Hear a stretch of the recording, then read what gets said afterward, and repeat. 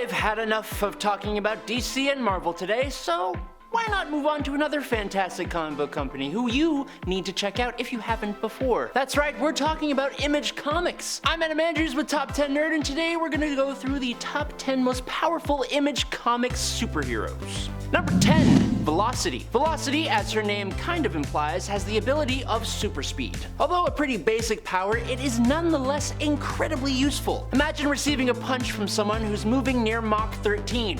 You're done. You ain't coming back. They punch you in the jaw, sorry, you no longer have a jaw anymore. That's just how it goes. Velocity has been clocked at running at speeds of Mach 13, and she is actually holding back because she's afraid if she runs any faster, she could destroy the Earth. And she likely could. Without something like DC's Speed Force to bend the laws of physics, moving at such extreme speeds at ground level could do terrible things to the Earth's atmosphere, as well as possibly incinerating anything on or near her path. Just think about that for like a little bit. Cyberdata, the group that gave Karen Taylor the cybernetic enhancements that turned her into Velocity and let her move at her crazy speed, also implanted Kevlar under her skin to prevent extreme damage from running at those speeds. I don't know, I feel like you gotta do a little bit more than that, but hey, I just work here. She also has a cybernetic device called the Brain Box that lets her process information at hyper speeds, which is something that at least won't destroy the planet. Number 9, Savage Dragon. The Savage Dragon is one of Image Comics' most popular and long-lasting characters, and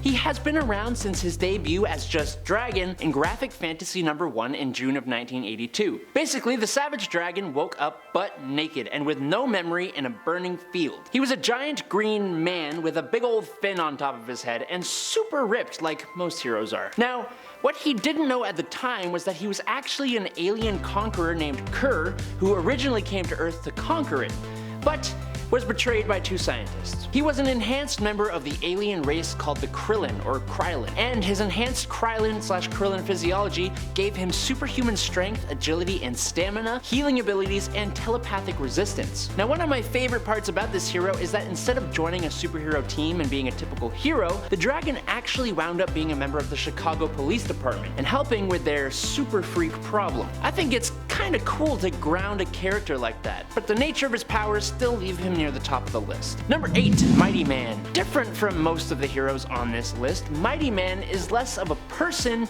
and more of a power that is passed on from person to person. Mighty Man is a tall, handsome, and ruggedly built blonde man, even when that is definitely not what his host is. So for example, the current Mighty Man is actually a woman named Anne Samantha Stevens, who becomes Mighty Man whenever she taps her wrists together. The power was passed on to her from the previous host Robert Bergman, who fought in World War II. When she's not a superhero, she's actually helping out other superheroes, such as being the nurse that helped the Savage Dragon recover when he was first found with no memory out in that burning field. The Mighty Man powers include flight, invulnerability, leadership, magic, stamina, super speed, and super strength. And it's honestly really easy to draw parallels between him and Shazam, and even the original Thor, who used to transform from Donald Blake. Number 7, Pitt. The unfortunate thing about indie comics is that the two big guys, Marvel and DC, have done a lot of stuff already. So a lot of characters will be spins on originals, but honestly, sometimes they are way cooler. Pitt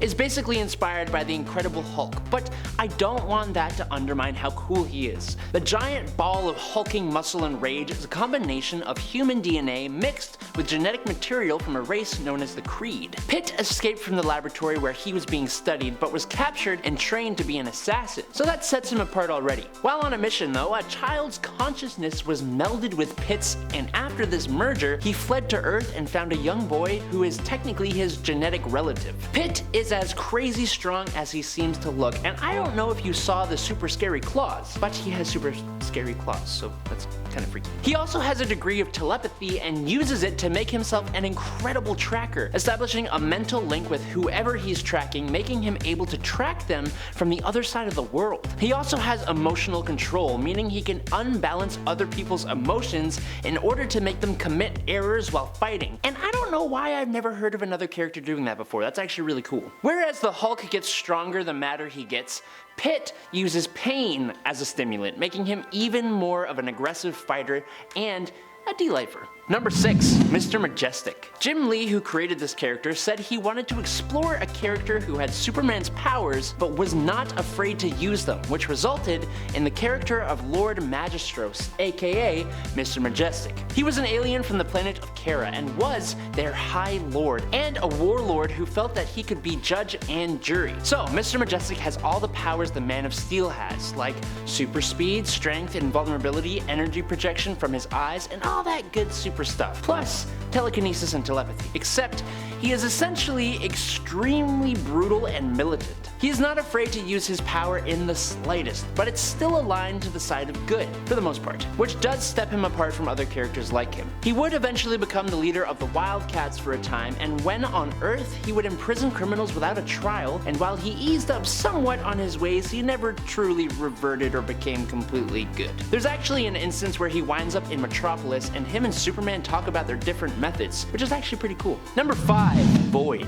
Void's real name was Adriana Tereshkova, a Russian cosmonaut who, while on a space mission, had her craft destroyed by this crazy silver space orb that bonded with her. The orb was part of an entity named Omnia, who had passed on but had formed herself into several of these different colored energy orbs that found their way to various hosts. Void was basically, well, a void. During a battle, her face is actually literally knocked off of her body, revealing that there's nothing but energy inside of her metal shell body. One of her more useful powers was teleportation, being able to transport her teammates anywhere on Earth. She also has clairvoyance, precognition, being able to see the future, astral projection, chronokinesis, telekinesis, and energy manipulation. The greatest of those abilities was being able to see fragments of what the future held, a very useful ability that helped her and her team, the Wildcats, out on multiple occasions. Void at one point met the Valiant Comics character Solar, and when the two became lovers, their universes merged in a crossover event called Deathmate. So she can also merge universes together, which is,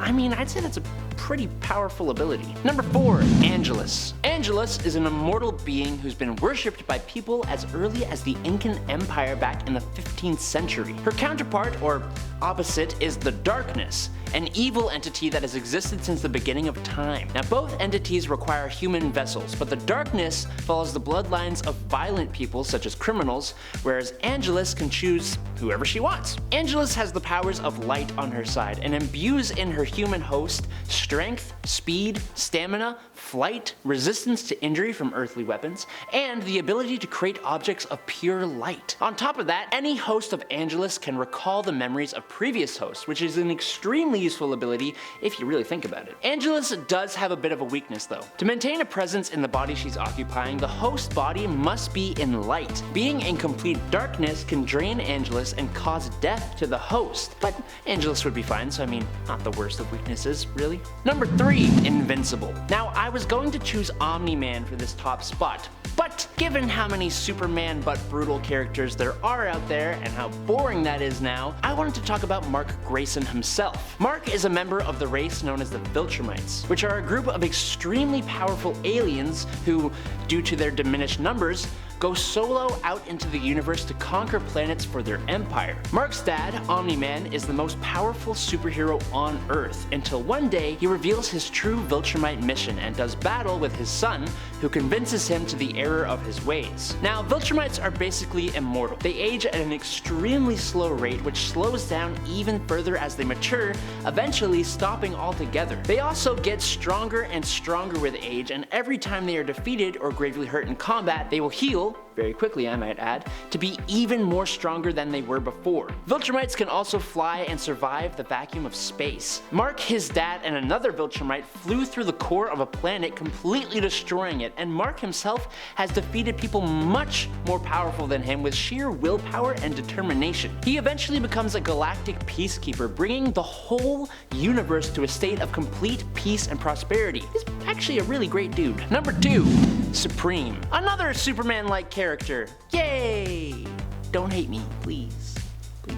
Supreme is known as a prime hero in his universe, meaning he is basically Superman, but more of an homage to the character. The origin of how Ethan Crane gained his powers is a little confusing. There have been two main writers, with the second one, Alan Moore, making him a heroic character, having him exposed to supremium radiation, turning his hair white and giving him flight, incredible strength, near invulnerability, super senses, the ability to project heat beams from his eyes, and speed supreme when he was 5 years old. He fought in World War II, then decided to go off-world and experience almost half a century of space adventures. When he returned to Earth, he was confronted by the Youngblood team, who didn't believe he was who he said he was. He's able to defeat their strongest character, Die Hard, within seconds, and that kinda changes their minds. But now, Supreme has to deal with a very different time period. So in a way, he's almost like Captain America 2, which is kind of a cool combo to have. And number 1, it's Spawn. Todd McFarlane created the character Spawn in May 1992, and this character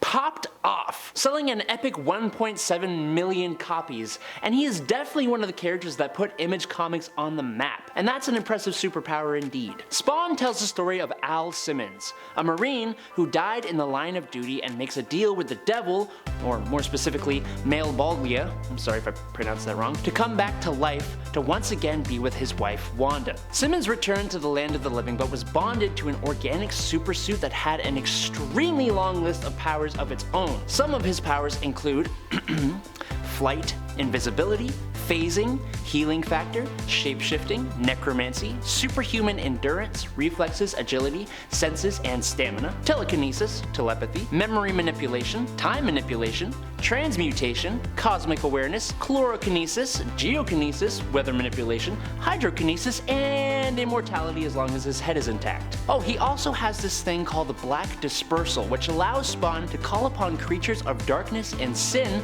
who will attack beings of light, but who Spawn can also control. These creatures include wolves, bears, worms, and bats, which is kind of rude to all those animals. Spawn also has necroplasmic energy manipulation, which basically equates to vast magical powers, which used to have a limit of 9,999 uses, but were only limited by his imagination. He's been able to conjure up a car key, materialize a box of fine wine for his friends, and even resurrect the dead at the cost of his necrometer. Spawn initially starts out in the shadows, fighting street criminals, but eventually takes the fight back to Male Bolgia, kills him, and becomes the king of hell. What comes after 1? Yes, nothing. That's the end of the list, but if you enjoyed it, slap that subscribe button, prod that like button, and leave a little comment below, and we at Top 10 Nerds shall bless you many, many more videos. I've been your host, Adam Andrews. You can find me on Instagram at @TheSchmadam, and until next time, peace out, nerds.